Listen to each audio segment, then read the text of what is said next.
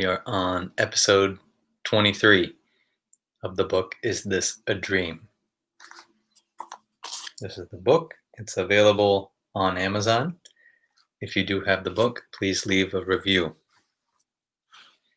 And if you can hear me okay, if the audio and video are coming through okay, just send me a message so I know. Let me check one thing as we're doing this.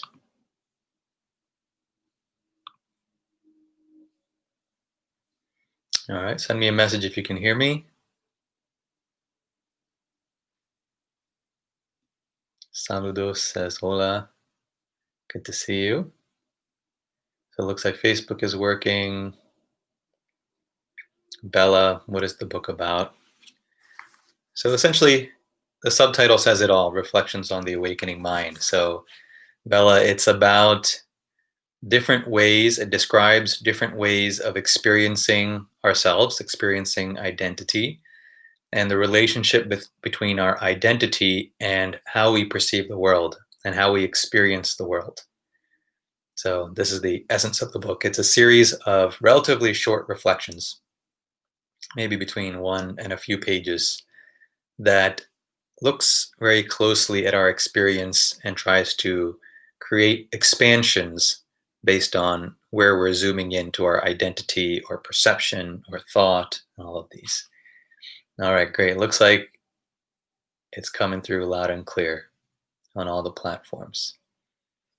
All right, so we are now on chapter 8, which is What is Enlightenment? This again is the book. As we wait for a few more to jump on, let's take a few moments and settle in together.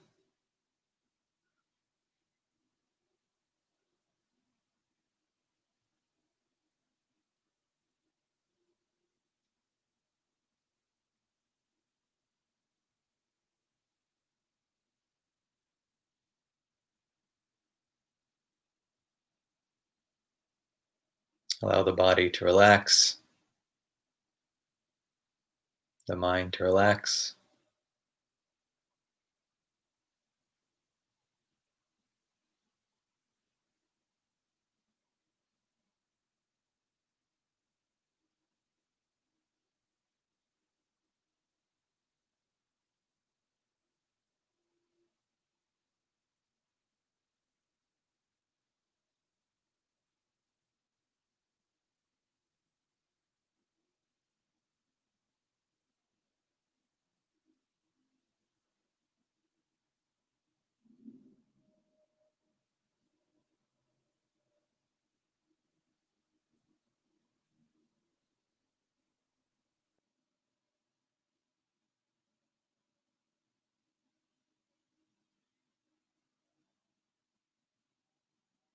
As we settle into this shared space,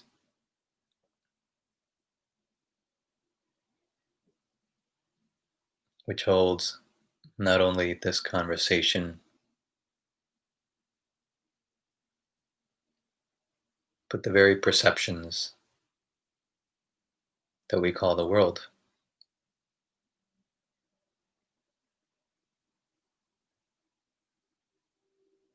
The very events, including tumultuous events that are unfolding.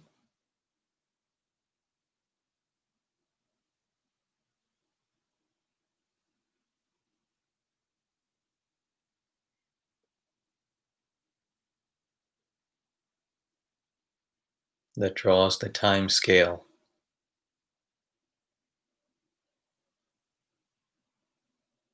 to which the planets move and our thoughts whiz by. This space.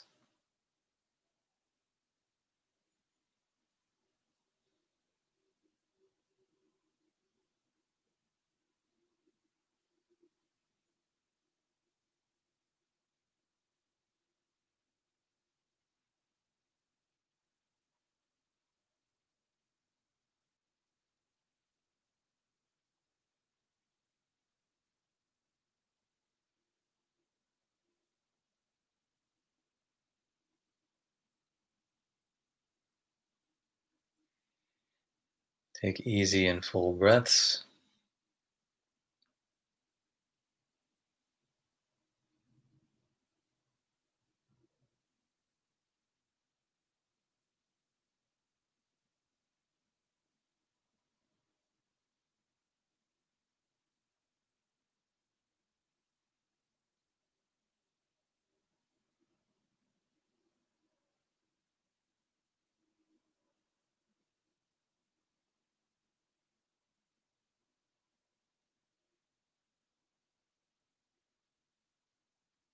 The space that connects people, that is connecting people all over the planet.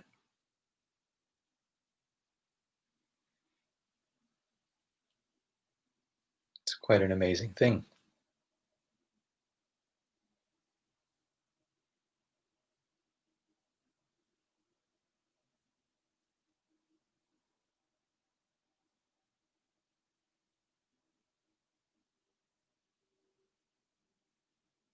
The potential that it unfolds, that appears as this connective space.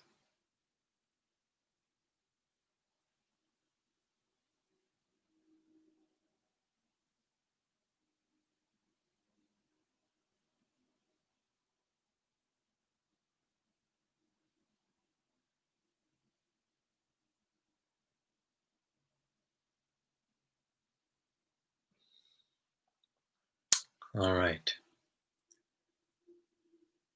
So as we're here, the very same space that we were just mentioning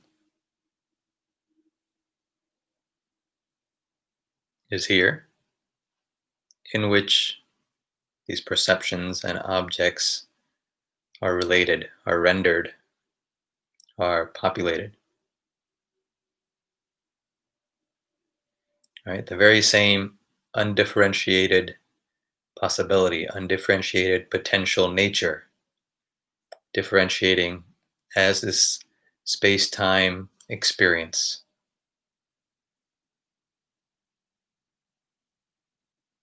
And depending on how our own mind is configured, how attention is directed, that slice of dimensionality we experience. And through that slice, we ourselves express as a body, as a personal mind, as a unique mind.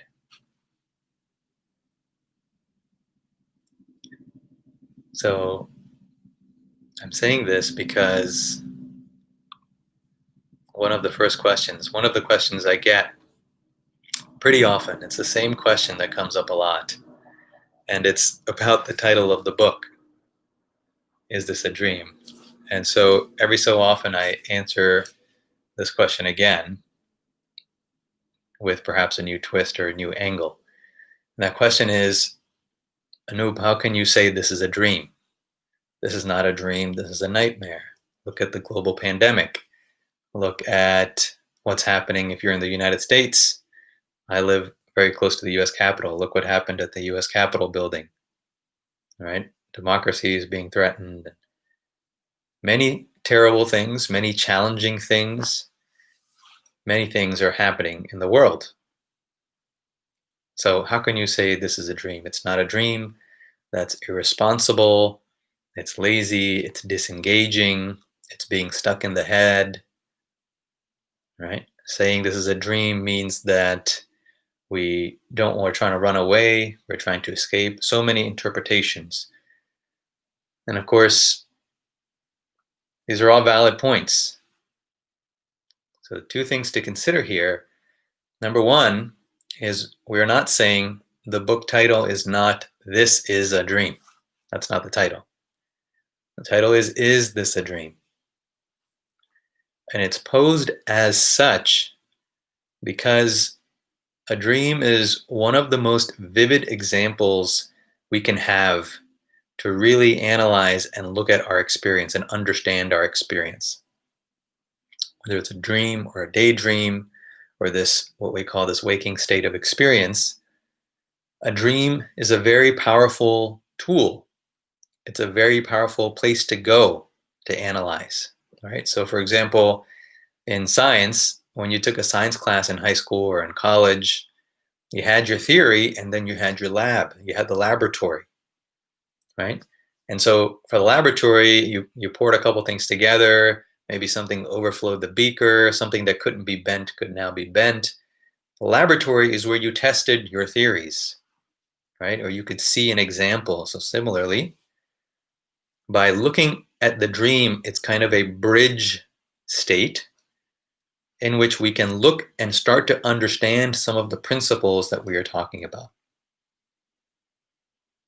All right, we can understand some of the principles of non-locality and locality, some of the principles of how the second mind relates to the first mind, some of the principles of how we experience discreteness and how could there be discreteness when, if in fact there is such a thing as non-local, undifferentiated consciousness. A dream is something all of us have experienced that can be kind of the beginning steps of a laboratory. And by looking at this closely, if we really contemplate on the dream and start to question our experience and relate the waking experience with that, we don't have to believe anything. We just have to start looking at it closely. You will see that your experience will slowly and subtly start to change. All right. And as this happens, as this recognition is brought out of the conceptual process, out of the conceptual thought process, and we're starting to see real life examples, whether it's in a dream or some other experience, a daydream. And as that starts to relate to the waking state, now this waking state itself becomes a full-fledged laboratory. It becomes the finest laboratory in the world, right? Because now the principles are somewhat understood, as in directly experienced. Might not be completely, but the inklings are there now of the experience. And now by investigating those inklings, right? Almost like each of them is a door, each of them is a portal to a wider experience. By investigating that in this waking state, then new experiences of identity, simpler, subtler, more comprehensive experiences of identity and the nature of the world begin to dawn. Okay, so this is a dream and is this a dream are very different. They even end with different punctuation.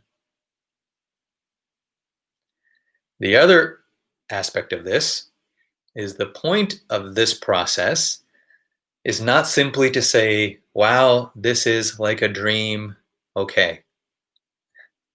Right? We're not saying that. We're saying that some of the mechanisms may be similar. We don't know. Each of us has to investigate. Each of us has to find out. As the experience changes, what happens is that there is a much greater reservoir of resources available to function in our lives. Right? So even in recognizing this, the subtler and more comprehensive nature of this world and of what we are, the purpose is not to recognize this and say, okay, cool, I'm recognizing this, right? The purpose or the usefulness of it is that there's a tremendous amount of resource that now becomes available, right? To address what is happening.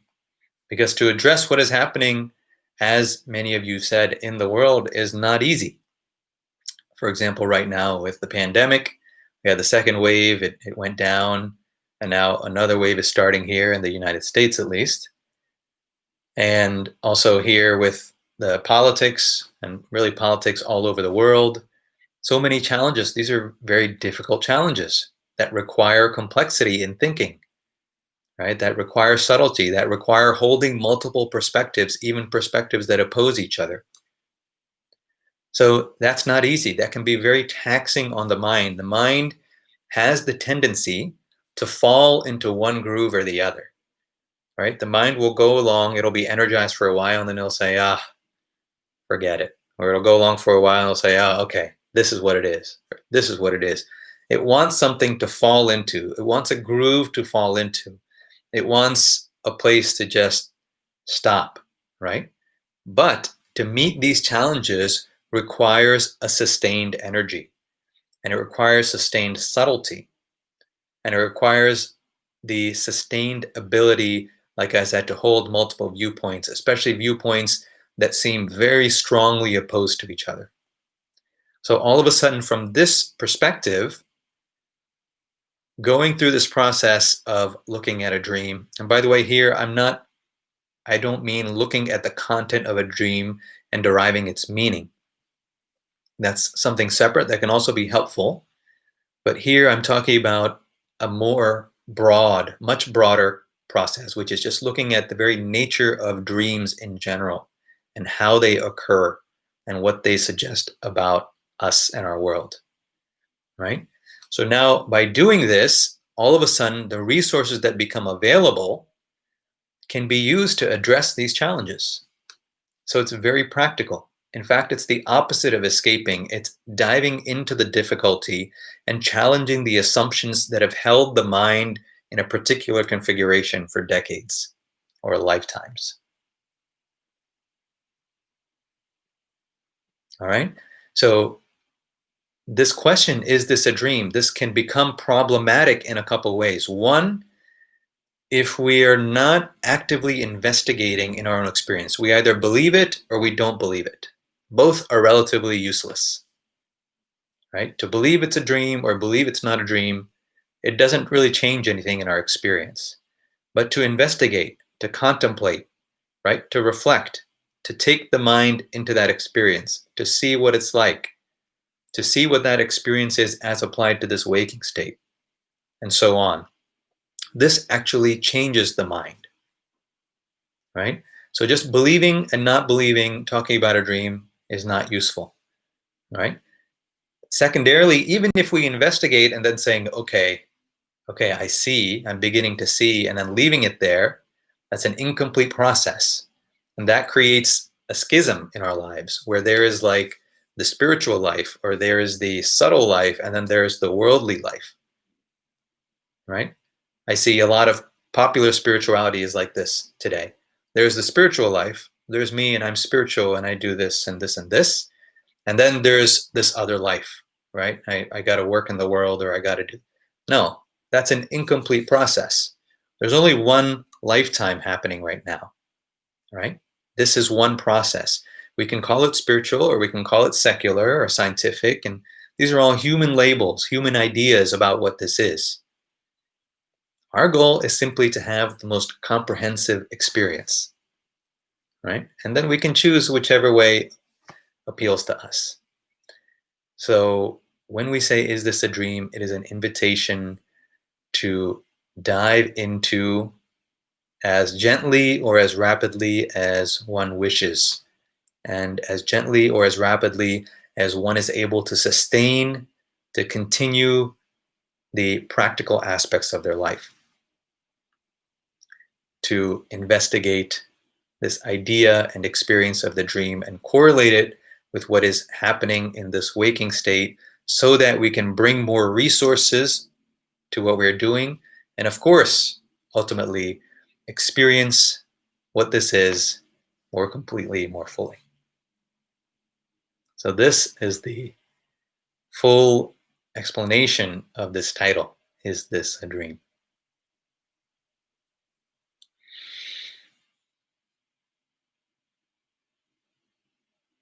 Mandy says, I was looking for grooves left and right till I realized what, why, and how I was doing this. I'm exhausted, but a believer. This is not a dream, and have a significant strength that I always knew. I recently accepted it. Wonderful, right? A very practical way of looking at it, a very useful way of looking at it.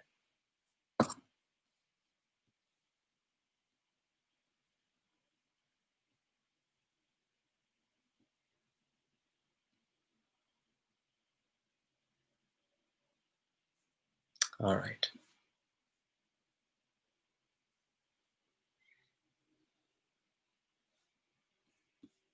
So, next question is, where is memory? So we're now on episode 23, right? So if you watch the other episodes, you will see that in this framework of the three minds, I should post that video. I created a video showing the change from the second mind to the first mind. I'll probably post that tomorrow. So when you say, where is memory? In this framework, if we assume as a hypothesis that this is an undifferentiated consciousness, if we say the second mind is an undifferentiated consciousness, which then localizes and appears, crystallizes as the differential objects, people, living beings, time, space, what we experience as universe or cosmos or world, right?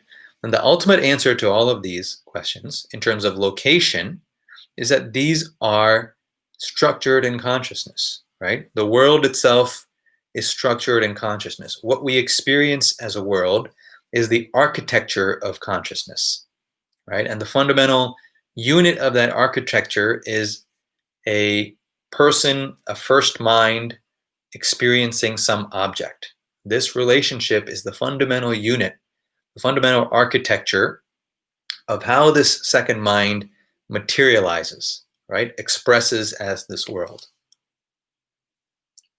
All right. So in that situation, of course, the ultimate answer is this memory itself is an aspect of consciousness in relationship with a local identity.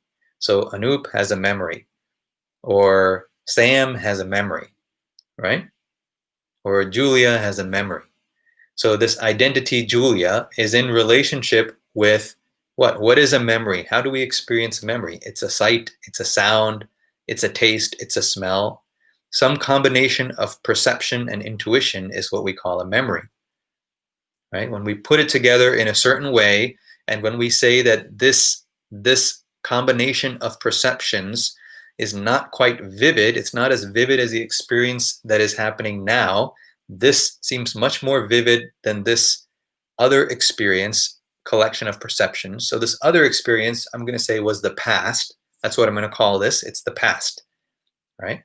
It's all happening right now, but this subset I'm going to call the past because it's less vivid, or I'm going to call the future, it's less vivid, right? And this, because it's in the past and not as vivid, and because there's some familiarity with it, now I label it a memory. So what we are calling a memory is a series of interpretations. It's a collection of perceptions that is not as vivid. It becomes very vivid, intensely vivid, such that the vividness of this experience, let's say we're speaking right now, the vividness of this dims relative to the vividness of the memory. Then the memory, we say, is no longer a memory. We're living it. It's the present, right? So where is this memory? This memory is structured in consciousness. It is layered. It is filled in according to the fundamental architecture of a first mind object relationship. And when I post the video tomorrow on social media, this will show it more clearly. There's some more detail on that. Right? Now, let's go to the first mind perspective too, because this doesn't address the entire perspective. From a first mind perspective, where is the memory? The memory is in association with, or some would say located in, the neurons of the brain. Right? So from the first mind perspective, the perspective of the world is as localized things, localized objects, localized people. And so memory then is stored in the brain. That's the story. Right? You can't really find a memory as such in the brain.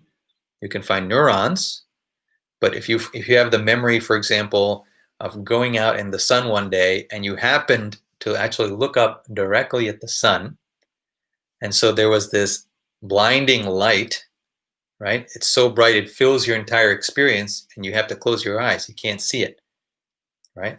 Let's suppose you had this memory. You're having this memory of blinding light.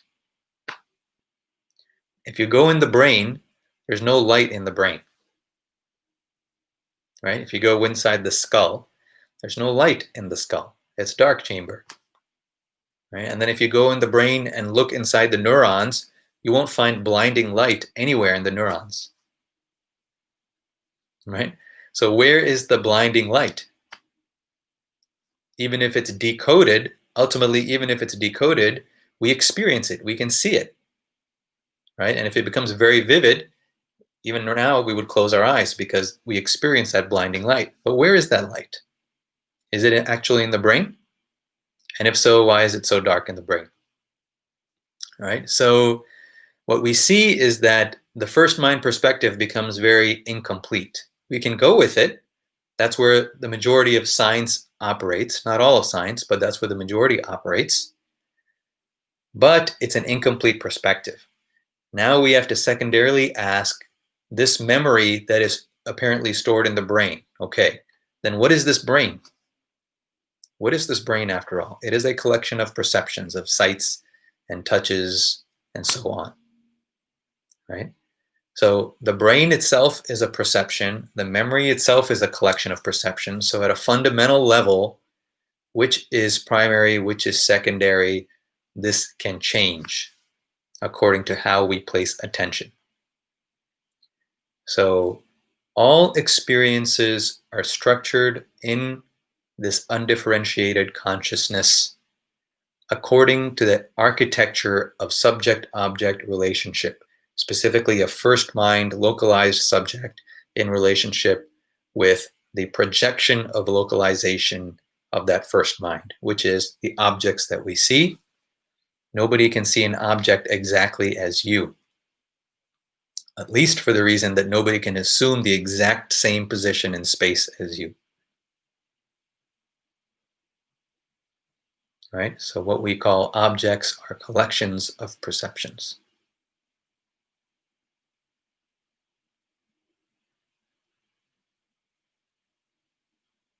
All right.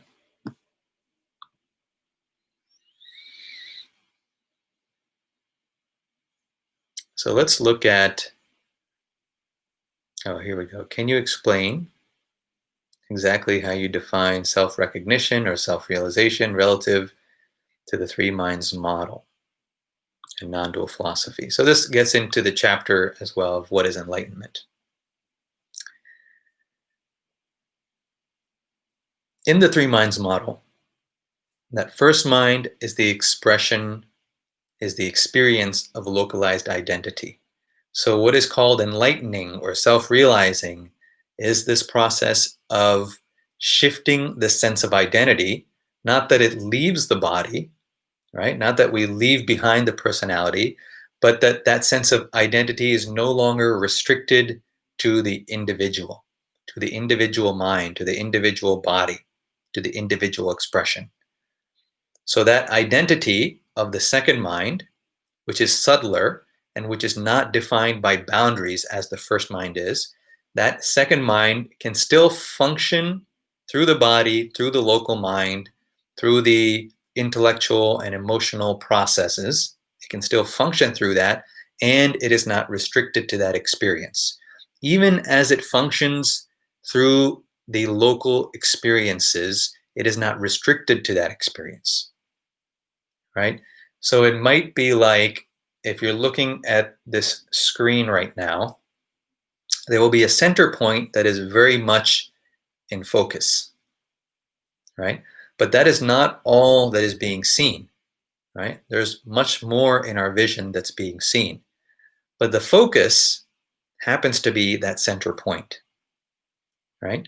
Similarly, as this mind delocalizes, as the experience of identity delocalizes, the primary focus or the expression, if we are working in the world, experiencing in the world, the primary expression can be through the particular body, through the particular mind, through language, through a particular experience, through what we call the past experiences, right? The expression can still be that. And at the same time, what is experienced primarily is not necessarily that alone. That is an aspect of experience, right? This is not typically said in our society because the assumption is a materialist interpretation, which is that what we are, or this expression of personality, or this feeling of the personality, is derived primarily from the brain, or is the result of the brain, as opposed to co-occurring with or expressing along with the brain. All right. So what is self-realizing, or what is enlightening? It is this movement from the first mind to the second mind, somewhere along here. It's not a fixed state, right? Because according to the situation, different levels of experience may be needed. According to what is happening, different kinds of experience are needed. Just like at night, in sleep, the awareness is not the same as the awareness when we're awake now, right? So according to the needs, that can shift. So similarly, the depth of absorption as the second mind can change according to the needs of the environment, according to what is happening. This is what is referred to as self-realizing. Now, this word enlightening or enlightenment, this can refer to many things, right? It's not like 1 + 1 is 2. 1 + 1 is 2 is generally agreed upon throughout the world.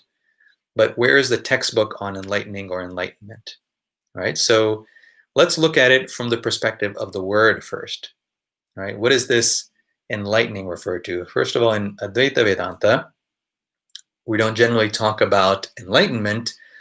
We talk about jnanam, or knowledge, right? So right off the bat, you can see that one of the oldest traditions in the world is not really talking about enlightenment. It talks about knowledge. Now, when you say knowledge in today's context, it often resonates as book knowledge, or I learned something, I learned some discrete knowledge. That's not the kind of knowledge Advaita is talking about. Advaita differentiates between two kinds of knowledge, what it calls lower knowledge and higher knowledge.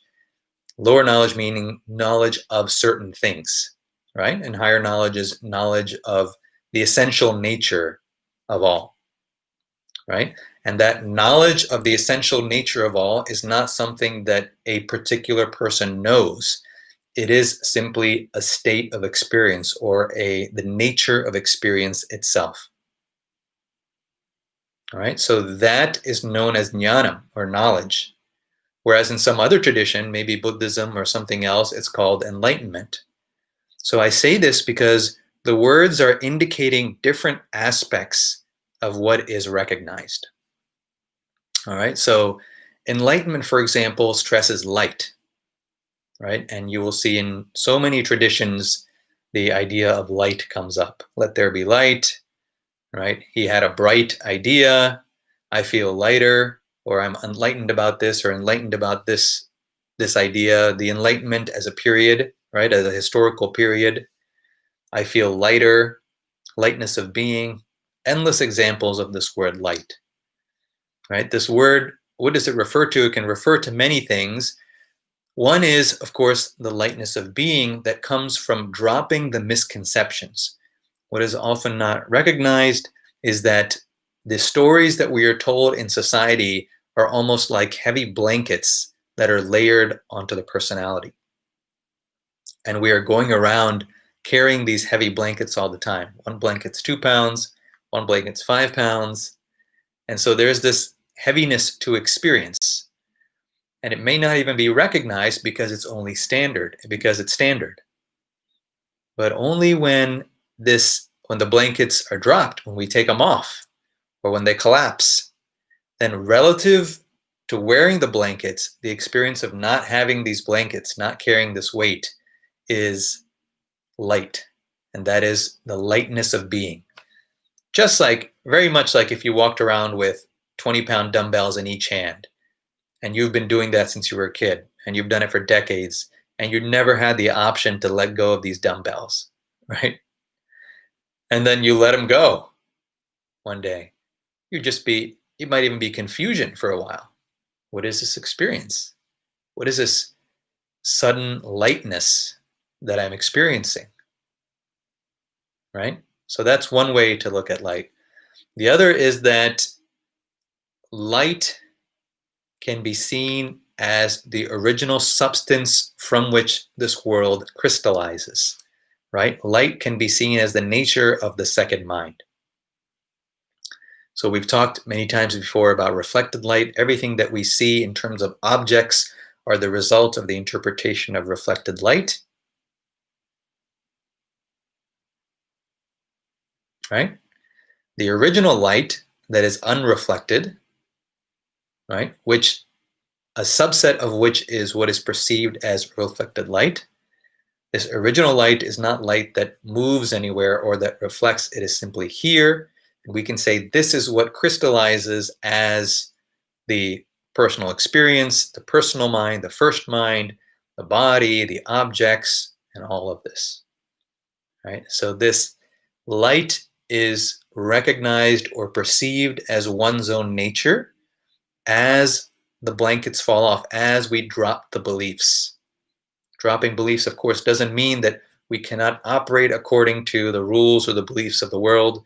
It doesn't mean we reject the rules or the beliefs of the world. It simply says that we see through them, and therefore we can use them as needed, as desired, as helpful, and we are not restricted to them, right? So as these beliefs, experiences start to get processed, and as they are released, then the essential nature shines through. This is that second mind nature begins to shine through. Initially, it can be experienced as a localized light, as the light of the body, or the light which expresses as the body or the mind. But ultimately, as this is integrated, this light is not different in one place or another. There's no one person that is enlightened here and the other person is not enlightened there, and this kind of thing. It is light itself which is expressing as the differential nature of the world. So this is the second interpretation of light. One is the lightness of being, which is simply the relief of being restricted to the concepts and beliefs of the world. And the second is the veritable light itself, that is recognized as one's own nature and the nature, the potential nature of this world, right? So when this word enlightenment is used, it often invokes these two meanings of it. All right, let's take a look at another word. Another word is jnanam, or knowledge. And we're going to look at it in the subtler sense of that. So jnani in Vedanta, jnani is embodied knowledge, we can say, right? So just like in Buddhism or some other traditions, they might talk about the enlightened person. In Vedanta, it's referred to as jnani. So who is the jnani, or really what is the jnani? It is knowledge embodied, knowledge expressed. All right, so here there's no necessary mention of light. There's no necessary mention of the lightness of being. But this is stressing knowledge, which is really recognition, the recognition of the nature of things, right? It is also accompanied with light, but this is having a different focus now, the recognition of the nature of things, right? So somebody asked earlier, what is memory? What is the brain? What is this body? What is space? What happens before I'm born? What happens after I die? Was I alive before this lifetime? Right? It's not necessarily specific answers to these questions. That's not the knowledge that we're talking about. But we're talking about the knowledge of the essential nature of things, as a result of which the answers to these questions start to appear, start to be recognized. Right? So you can see the difference here in emphasis. The emphasis is on knowledge or awareness of what we are, without qualifying it in any way. And as a result of which, all the subsequent questions start to get answered if there is interest in that, right? It is not that one has to solve everything or one has to know everything in terms of details about the world. No, that will depend on the mind through which this awareness expresses. But wherever the interest is, that will start to open up. That field will start to open up because the essential nature is recognized. Therefore, subsequently, all the other aspects are modifications of this nature. All right, so I say this because it's important to see that we're not talking about one particular state. We're not talking about one particular experience or a certain kind of experience. We're talking about a range. We're talking about a range.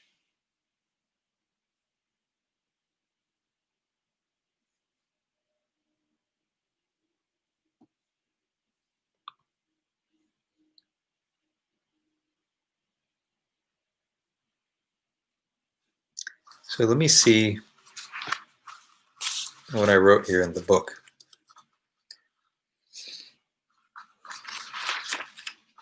So misconceptions is a common one. Enlightenment will solve all the problems. First of all, see that when we are talking about enlightenment, there's no enlightenment as such. There's no such event that happened. Yes, there can be what are called mystical experiences, which are simply experiences that are not common, not described in detail in our society, and therefore they seem unusual. That's what we call a mystical experience. So there can be unusual experience, there can be flashy experiences, people can describe all kinds of things.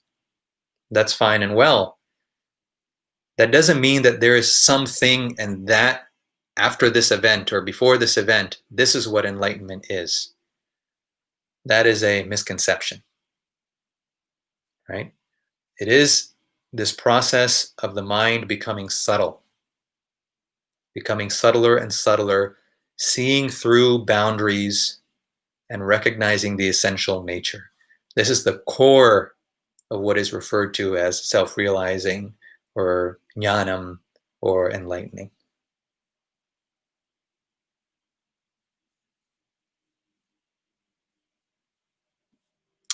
All right. So same person asked, as long as you seek enlightenment, enlightenment is unavailable. In seeking, you act from the false concept that you are a separate self that lacks something. Is it that very concept that creates the need for a search?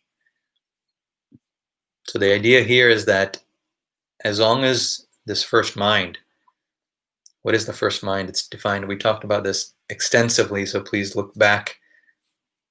If we talk about this first mind is defined by the boundary condition, right? The experience of localization. So isn't this, let me look at the question again, as long as you seek it, it's unavailable. So what's happening is that this first mind, it is projecting something out there that it wants to get, right? If it wants a nice new car, it can get a nice new car. It can get it because it has defined itself in as a particular way. I am here, I am this body, I am this personality. That over there, that's a car. It has this boundary. It's nice, I want it. And these two can meet, right? This first mind can come into contact with this car. It's fine and well. But if it tries to do this with enlightenment, there is this enlightened thing over there, or there is enlightenment over there, and 2 years from now, this enlightenment, this will happen, and I will have this. Now what happens, it is objectifying something. It is created to objectify something, there has to be a boundary, right? So this first mind, which has localized itself, experiences itself only strictly as an individual. It doesn't experience itself beyond the personal mind or beyond the body. Now, it's created this boundary and it's projected something out there in time or space called enlightenment that it wants to get. It's never going to get that. It's never going to get that version of what it's referring to as enlightenment because its very projection reinforces this boundary, right? And what is referred to as the enlightening process is the dissolution of this boundary and the experience that what I am is not only this localization. You see, now, there are many things that this first mind can do. There are many processes that are recommended that it can do, yes. There comes a time, however, when this mind is subtle enough, right, that even that striving for something else is simply going to reinforce the boundary. And this is that ultimately this first mind has to relax, has to lay down its arms, so to speak, right? And in that, that innate intelligence recognizes that, oh, this which appeared to be bound by this boundary, in fact, itself was appearing as the boundary, and it was never bound to begin with. This is called self-realizing. Realizing that this self that one was looking for all along was me, and in fact, it was much more than this idea of me. It was much more than this experience of me, and it was always available here. It's simply that I took this boundary to be independently real rather than relatively real.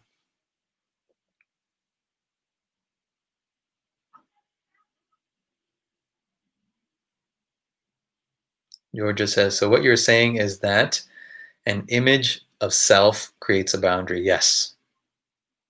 Any image, any distinct image has a boundary. Anything that is distinct, anything itself, if it's distinct, has a boundary. That's what makes it a thing. That's what makes it an it, is the boundary. If the boundary is gone, now all of a sudden, where is it? What is it? It is undefined, right? And that essentially is the second mind. It is this deeper, undifferentiated consciousness, which is always here, which permeates all space and all time and all dimensions and differentiates and crystallizes as all dimensions, space and time, including what we call mental space, what we call outer space, what we call inner space, what we call virtual space. All experience of space is conferred by the second mind through its localizing tendency by creating localized points. And this interval between these points is what we experience as space. We simply label it differently depending on how we conceive it: mental, inner, outer, virtual, all this kinds of stuff.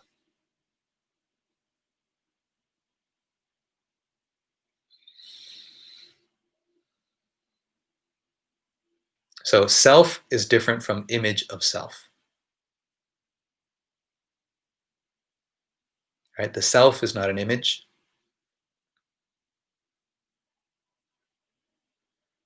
But self as the individual is an image. Self as the individual mind can be a series of images or a flow of images. Right? So self as something is an image and is valuable to the extent that it is in the world. And to see it completely, the boundary, the nature of the boundary also has to be recognized. Because the self is more than just physical. Yes. Even these words, mental and physical, what do they fundamentally mean? Right? Physical generally implies solid, but then if you go into the dream, you have very solid experiences. So what does physical mean? Physical means independent, or might mean independent of consciousness. It exists independent of consciousness. But has anybody in the history of the world ever experienced anything independent of consciousness? Right? So this word physical itself is a funny word. The difference between physical and mental is simply created by the boundary in the mind, which says the insight does not extend beyond this boundary, and so that is going to be called, let's say, physical.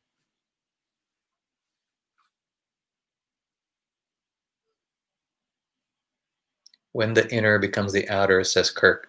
Yes, exactly. When the inner becomes the outer, when the outer becomes the inner, and when both fundamentally dissolve. Right? Fundamentally, there is no inner or outer. Right? The wall, I'm in a room now, you are probably in a room now. If so, look at the wall. Look at the wall that is close to you, right? We say that within that wall is inside, without that wall is outside, right? But where is this wall? This wall that creates this division of inside and outside, the wall itself is existing in space, right? If there were no space there, the wall could not occupy that space. The wall could not exist. There has to be space there for the wall to be there. Now, if there is space there, then how can this be inside space and that be outside space? Space is continuous. There is no inside or outside space. But the mind fixates on the boundary of the wall and then says this is inside and that's outside. That's outer space out there beyond the atmosphere of the earth. And this inside the body or inside this personal mind is inner space. Why does the mind say that? Because this is the first mind which is fixated on boundaries, the boundary of the atmosphere, the boundary of the body, the boundary of local thoughts. But that second mind, which sees through boundaries and sees the nature of boundaries, this second mind knows that there is only one space. And depending on how it is projected into, it can be divided into infinite numbers of spaces and labeled accordingly.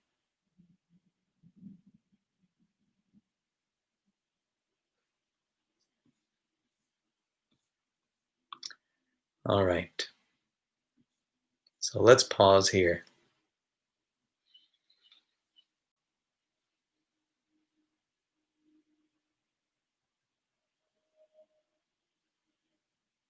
This one undivided space in which any and all appear.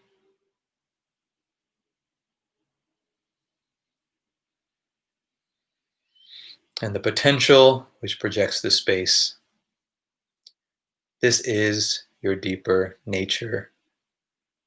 There is no doubt about it.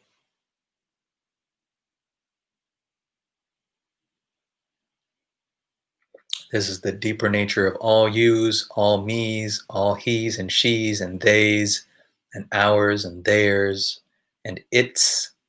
This is the deeper nature.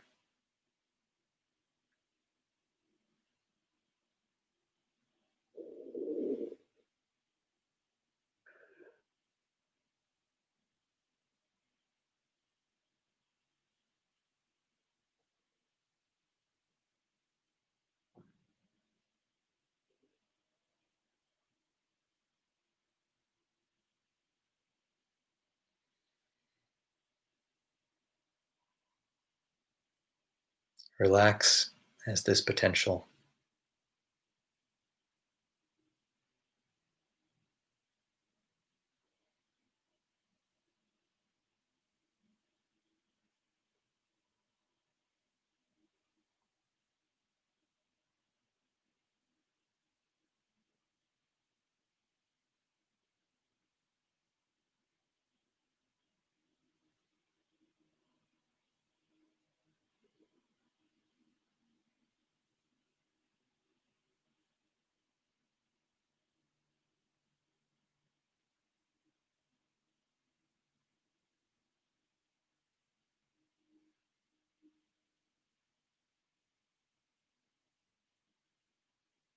Be full as this potential.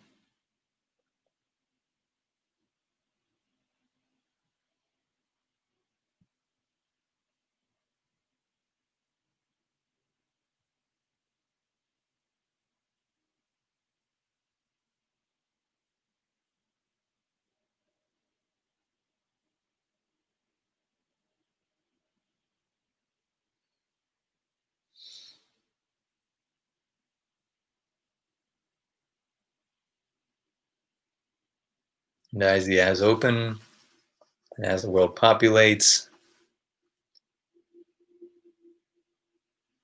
recognize this potential that is ever present, that illumines the timelines of past, future, present, that is unfazed by space and time, and that expresses as you and me in this world.